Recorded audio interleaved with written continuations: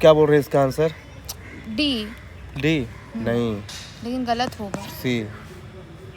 बहुत सही। ये तो बिल्कुल डिजास्टर कर दिया यार। अच्छा, ये बताइए रेड सी रिसीव वेरी। कहाँ है रेड सी? मैपिंग कर रहे हैं, बताइए। रेड सी ये हमारा ये जो अफ्रीका आता है, मतलब मैं कैसे बताऊँ, लाइए वो मैप दे दीजिए, मैं आपको ऐसे बता दूँगी। नहीं ऐसे बताए ना, आप कौन सी कंट्री के आसपास है ये बता दीजिए बस। कंट्री भैया नहीं आता, बट अभी आज ही पहली बार तो मैपिंग देखी हूँ मैं। इतना पूछ लोगे, मुझे इतना पता है अफ्रीका और यूरोप के वो ऐसे अफ्रीका मतलब उसी के बीच में है। यूरोप नहीं, एशिया। एशिया, वही एशिया और अफ्रीका के बीच में है ये रेड सी। तो जानते क्या है, इसके पास क्या है ना, वेरी लिटिल प्रिसिशन होता है।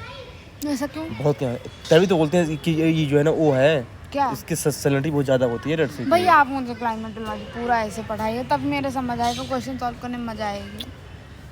तो समझिए पहली बात, देखिए रिवीजन मत करिए अपना, मुझे पढ़ा दीजिए। नहीं तो वही तो बता रहा हूँ। ऐसे कैसे? देखिए ये है, आपको एक चीज़ बताऊंगा ना, देखिए कैसे ऊपर से कुछ क्वेश्चन पूछ रहा है ना। देखिए जो टॉपिक जैसे होगा रेलेवेंट ना, मैं बताता जाऊंगा। देखिए पहले ये बता रहा हूँ, जैसे कि ये है एशिया और ये है अफ्रीका। अब देखिए इस क्वेश्चन के पूछने का रीज़न जानते हैं यूपीएससी ने क्यों पूछा है? मैं बताता हूँ। देखिए क्या है ना कि जो रेड सी है ना, मेरे सीप से वेरी लिटिल, हम यूपीएससी ये आपसे एक्सपेक्ट कर रहे हैं कि आप इसको पढ़ के जाएंगे?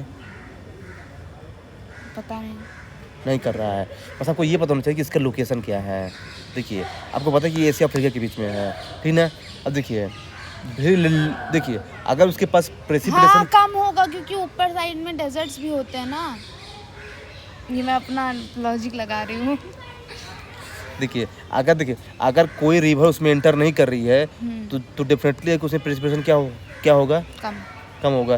फिर आपने डी क्यों किया है? मन का है इसलिए। नहीं No मन water नहीं। enters the Red Sea from river. हाँ, ये जनरली क्या है ना, सभी रिवर जो है ना, सभी रिवर जनरली जो सभी सी है ना, उसमें कोई ना कोई रिवर तो एंटर करती ही है। पर रेड सी में नहीं करती है। पर रेड सी एक ऐसी रिवर है, देखिए 2024 का पीवाई की भाई है। तो देखने कैसे बेसिक पिकअप करते हैं क्वेश्चन से। उसमें क्या चेक कर रहा था बेसिकली आपका कि मतलब कि नहीं, मैपिंग और फैक्ट दोनों, कि आपको ये पता मैपिंग क्या कहाँ है, ये चेक कर लीजिए। फिर वो जो है ना कहाँ पे ये होनी चाहिए, ये है ना। अच्छा देखिए ये वाला है, ये देखिए ये पूरा क्लाइमेटोलॉजी क्वेश्चन है। अब देखना समझना, पढ़िए इसको। is heated more by incoming solar radiation then by terrestrial radiation. गलत है, पूछिए क्यों? टेरेस्ट्रियल रेडिएशन जब जाता है तो उसे ट्रैप कर दिया जाता है, तो मेरे हिसाब से स्टेटमेंट 1 सही है। 1 तो गलत हो गया। अरे वही मतलब गलत है। जब 1 गलत होगा तो आंसर क्या होगा? इसका डी होगा। ऑटोमेटिक ही है। हाँ, अब मेरे को अब बताता हूँ इसमें कंसेप्ट। देखिए ये क्या है? सर है। ये क्या है? अर्थ है। और आपको पता है कि जब सन से रेज आती है ना, वो जानते कौन से फॉर्म में आती है?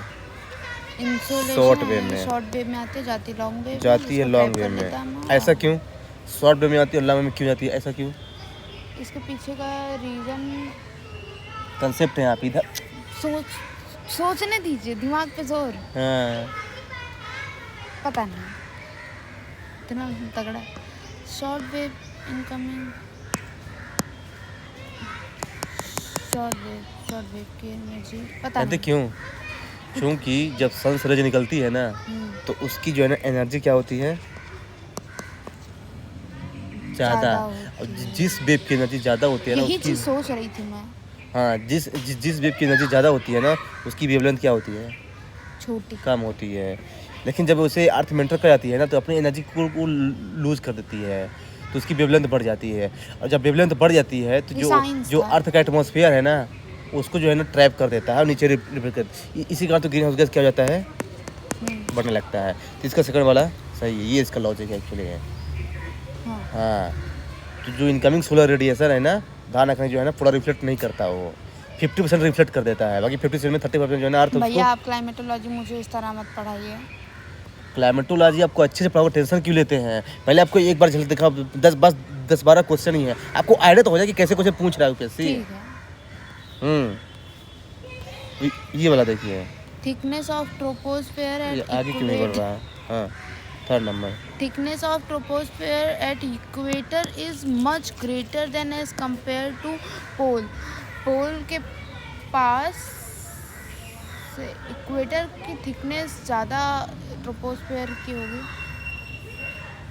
रुक जाइए, आगे पढ़ लूँ तो बताऊँगी। At equator heat is transported to great height by strong convection current. इसमें लॉजिक है, बताइए। क्लाइमेटोलॉजी रिवाइज करके आए होंगे, बताइए। कहाँ रिवाइज की है? बताए थे आप पढ़ाएंगे तब हम घर जाके रिवाइज करेंगे, लेकिन आप सुनने ही नहीं। लेकिन फिर भी इसमें लग सकता है, ऐसा नहीं है कि लॉजिक ना लगे। थिकनेस ट्रोपोस्फेयर पे इक्वेटर के कंपैरिजन में ज़्यादा होती है।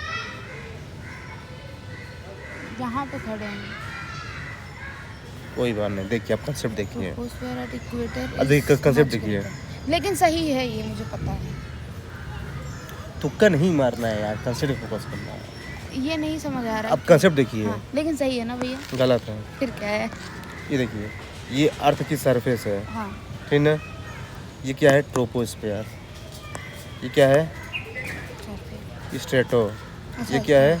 मीजो। मेसोस्फीयर। और ये थर्मोस्फीयर, थर्मो। उसका तो एक्सोस्फीयर। हाँ, अब देखिए थर्मोस्फीयर जानते क्या है? जैसे हम ऊपर जाते हैं ना, ऊपर टेम्परेचर बढ़ता है, घटता है। अरे मतलब वही घटता है, सॉरी मुंह से निकल गया। टेम्परेचर घटता है, क्यों घटता है?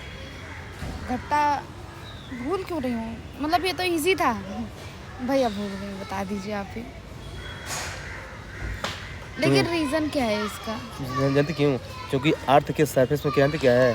रेडिएशन होता रहता है, तो वहाँ क्या है ना कि डेंसिटी एयर की ज़्यादा है, इसलिए क्या है ना कि वहाँ का टेम्परेचर ज़्यादा होता है। लेकिन जैसे जैसे हम ऊपर जाते हैं ना, तो एयर जो है ना एक्सपांड करती है, तो उसकी वॉल्यूम ज़्यादा हो जाती है। देखिए, जब एयर एक्सपांड करेगी तो उसका वॉल्यूम ज़्यादा हो जाएगा, डेंसिटी कम। और जब भी डेंसिटी कम होगी तो क्या हो जाएगा? वो टेम्परेचर कम हो जाता है। तो ट्रोपोस्फीयर में हमेशा हाइट के साथ टेम्परेचर घटता है, इम्यून सेट कर लीजिए। लेकिन इसी का उल्टा हो जाएगा इसमें हाइट के साथ टेम्परेचर बढ़ता है। क्यों ऐसा क्यों होता है? इसमें कि इसमें यूवी रेज, अरे ओजोन है ना। हाँ, गुड, ओजोन। फिर 3rd वाले में फिर से क्या होता है? इसमें मॉलिक्यूल्स होते हैं वो मतलब एक दूसरे से दूर जाते हैं शायद। हाँ, किसमें हो जाते हैं मेसोस्फीयर में। हाँ, क्योंकि इसलिए घटने लगता है। हाँ, होता है। अभी ये और ऐसे फोर्थ वाले में क्या होता है? फिर से बढ़ता है। मतलब ध्यान रखना, ऐसा रखिए, है ना? इंक्रीज, अरे डिक्रीज, इंक्रीज, डिक्रीज, इंक्रीज, ये। अब देखिए, लेकिन अभी भी इसका रीजन समझ नहीं आया मुझे, क्यों डिक्रीज होता है? जो अर्थ के नीचे की सरफेस है ना, हाँ, ठीक ना, यहाँ क्या है? बहुत सारे धूल है, तो क्या है? हाँ। हाँ, तो क्या है ना कि जो अर्थ के जो छोटे छोटे पार्टिकल्स है ना, वो क्या है ना कि अपने यहाँ इतना डस्ट लेकर के, जैसे वाटर पेपर वगैरह सब जो है ना, ये क्या है ना कि पूरे जो टेम्परेचर है ना, ये तो आपको पता है ना कि जो अर्थ है ना, वो हमेशा रेडिएट करती रहती है। हाँ, क्या रेडिएट करती है? हीट। हाँ, हाँ। तो जो अर्थ का सरफेस है वो तो वार्म रहेगा ना। जैसे ऊपर बढ़ेंगे तो उसका क्या होगा? टेम्परेचर जैसे ऊपर बढ़ेगा तो उसका टेम्परेचर कम लगेगा ना। हाँ। तो यही तो रीजन है, क्योंकि अर्थ रेडिएट करती है ना, इसलिए नीचे का सरफेस वार्म रहता है। हाँ। जैसे ऊपर बढ़ेंगे तो कम हो जाता है। लेकिन जैसे यहाँ पहुँचेंगे ना स्ट्रेटोस्फीयर में ना, तो क्या होता है? और वो ओजोन लेयर की वजह से जो है ना, वो क्या करती है? उसको ट्रैप कर लेती है। किसको? जो नीचे से ऊपर जा रही है, तो वहाँ पे क्या टेम्परेचर बढ़ जाता है। ये रीजन है। अच्छा बताइए, रेनफॉल, क्लाउड का फॉर्मेशन किसमें होता है? अच्छा, क्लाउड, सॉरी भैया गलत हो गया। बताइए। क्लाउड का फॉर्मेशन यहीं पे होता है, ट्रोपोस्फेयर में ही। क्यों? यहीं पे ज़्यादातर वेदर फेनोमेनन होते हैं। मुझे रीजन मतलब लॉजिक, लेकिन हर चीज़ में लॉजिक बताऊंगा आपको। लॉजिक है क्योंकि यहाँ पे इसलिए होता है, सोचे भी नहीं सोचा जा रहा है, लेकिन रुक जाइए, बता रहे हैं।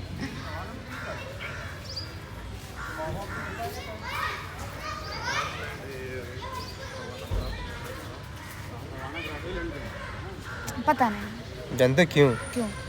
क्योंकि आपको पता है कि ये कंसेप्ट आपको मैं को कल ही बताया था कि जो अर्थ का सरफेस होता है वहाँ पे क्या होता है? टेम्परेचर ज़्यादा होता है। जब कभी भी टेम्परेचर ज़्यादा है ना तो एयर क्या होती है, ऊपर उठती है, राइज होती है। अच्छा, ये अब कन्वेक्शन। जैसे ही एयर ऊपर उठती है ना तो जैसे यहाँ पे पहुँचती है ना स्टेटस इधर, मैं सुन रही हूँ।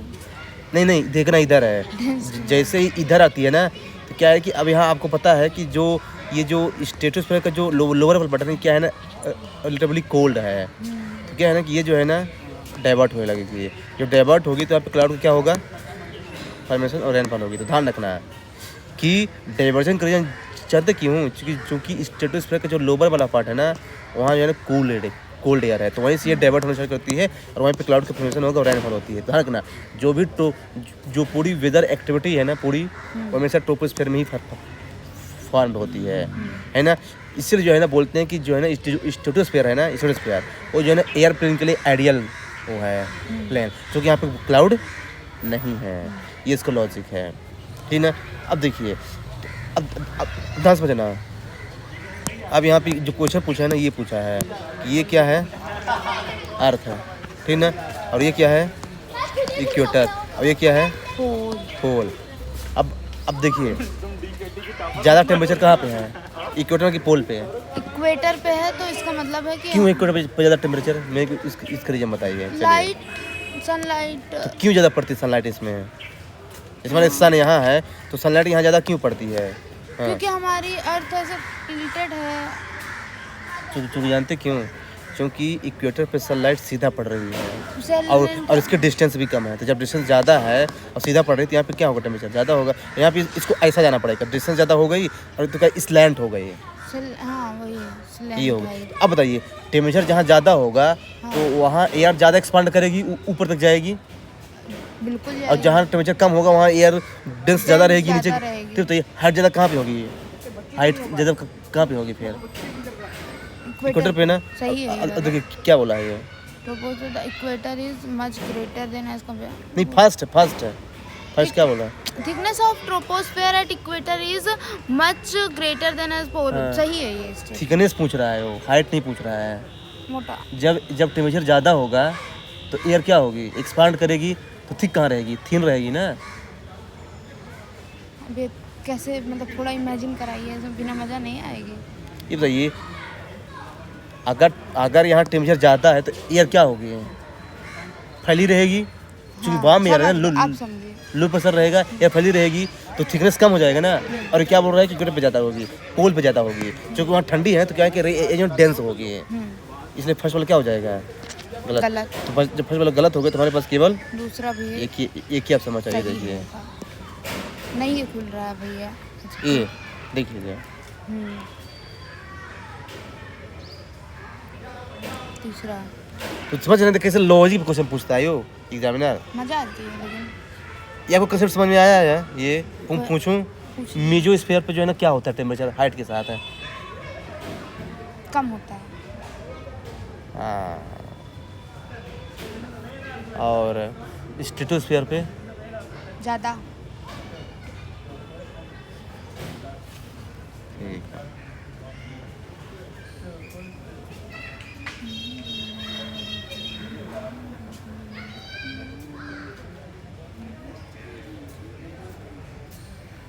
हाँ फ़ोन नंबर कहाँ गया, which of the following is और correct from isothermal maps in the month of January. भैया ये भूल चुके हैं।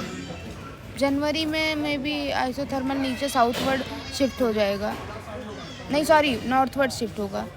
देखिए ये अर्थ है, हाँ ये इक्वेटर है, नॉर्थवर्ड शिफ्ट होता है ना जनवरी में, बताते हैं। देखिए ये इक्वेटर है, हाँ ये ट्रॉपिक ऑफ कैंसर है, हाँ ये ट्रॉपिक ऑफ कैप्रिकॉर्न है, ठीक ना। आइसोथर्म किसको बोलते हैं, जी मतलब आइसोथर्म ऐसी लाइन जिसमें टेम्परेचर सेम हो, टेम्परेचर सेम हो। गुड। अब देखिए isotherms deviate to the north over the ocean and to the south over the continent. Very good question. ये भैया उल्टा होगा, ये मुझे लग रहा है। ये बताइए, कंटिनेंट ये बताइए, नॉर्थ में शिफ्ट होगा जनवरी में। ये बताइए नॉर्थ में ज़्यादा ज़मीन है कि ज़्यादा लैंड है, नहीं ज़्यादा लैंड है कि ज़्यादा पानी लैंड ज़्यादा है ना, और ज़्यादा लैंड है ना, और यहाँ क्या है, पानी ज़्यादा है। ये बताइए, एक तो मिनट। ये बताइए हाँ, ज़्यादा लैंड कहाँ है, नॉर्थ हेमिस्फीयर में। में। ये बताइए टेम्परेचर का इफेक्ट ज़्यादा किस पे पड़ता है, वाटर पे ज़्यादा लैंड पे है। इसी समय पर एक मिनट भैया बस। हेलो, कह रही हूँ पापा प्रियंका मैम जो हैं उन्होंने बोला है कि अभी जो सीमेट के थ्रू बच्चे जा रहे हैं उनका अभी नहीं खुला है, हम लोग का कल परसों तक खुलेगा।